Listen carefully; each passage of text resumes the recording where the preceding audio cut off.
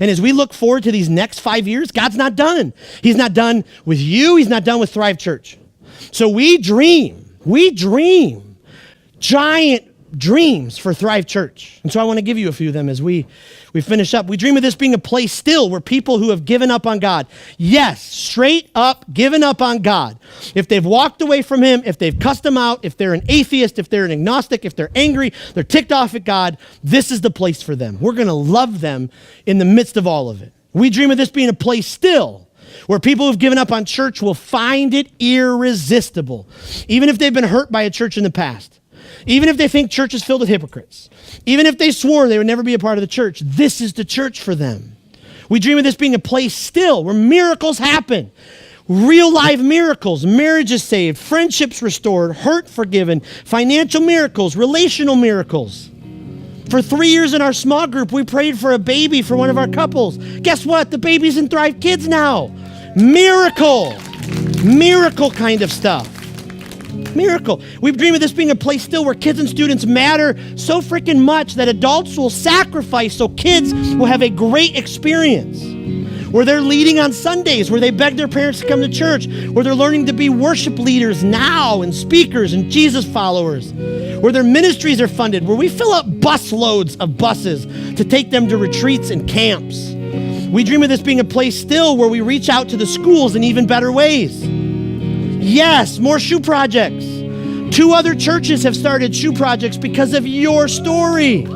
Your story in Georgia and in Illinois. We dream, it's been the dream since the beginning of the church, where we get to host a teacher appreciation night. Call it TAN for short, TAN night. We're gonna have a tanning booth. No, we're not. But we invite 30 miles of teachers. Have you sat down with a teacher and listen to some of the stuff they deal with in a classroom? We just want to bless them and support them. We dream of this being a place still that someday we open up a 24/7 community center where it has a giant playscape for families to come during the week, a turf field that they can hang out, where it does not have pictures of 6th grade Jason anywhere. We dream of creating worship albums and a school of music where kids and students are learning from a young age to play and sing and lead worship. We dream of building up a cars ministry to where we give out 20, 30, 40, 50 cars donated a year, where cars are fixed. We dream of being a church that values prayer, where people rush after the experiences to find people to pray for them. We dream of being a church that's just not in Mount Pleasant, but it's eventually in Midland and Big Rapids and up north somewhere and down south somewhere and then in Clearwater Beach, Florida. Lord, send me there. We dream of having church planning residents who are learning how to start a church, and then we would send them out to go start churches. We dream of the day when we can literally turn Christmas in Mount Pleasant, our Christmas Eve and our Christmas Eve outreach into the craziest deal where we continue shutting down the street outside of Broadway. But we bring in reindeer and carolers and inflatables and snowball fights and hot chocolate. And then they head inside and they hear about the story of Jesus, because that's where the life change comes. We dream of the day where Island Park is filled for Dad Fest, carnival rides, hundreds of classic cars, giant food trucks, an outdoor stage where the band is rocking. This band, did you hear the songs today? Come on, that's incredible.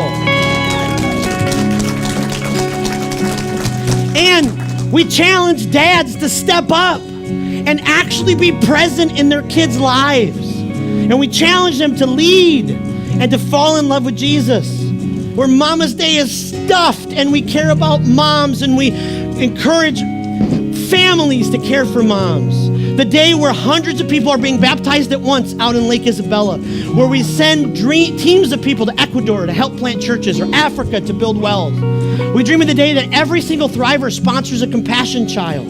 We dream of the day that someone here goes to plant the next Thrive Church. There's a Thrive Church in Texas, Thrive Church in Northern California. Where's the next one? Who is it? We dream of the place still where people are devoted to each other, like Acts chapter 2, where they're willing to sell their stuff so other people's needs can be met. My challenge to you is this: build what you love. I love this quote by Erwin McManus. He said, if you want to know what you love, look and see what you sacrifice for. You can see what a person loves by what they build. So will you help build this church? Because God's not done. God is not done.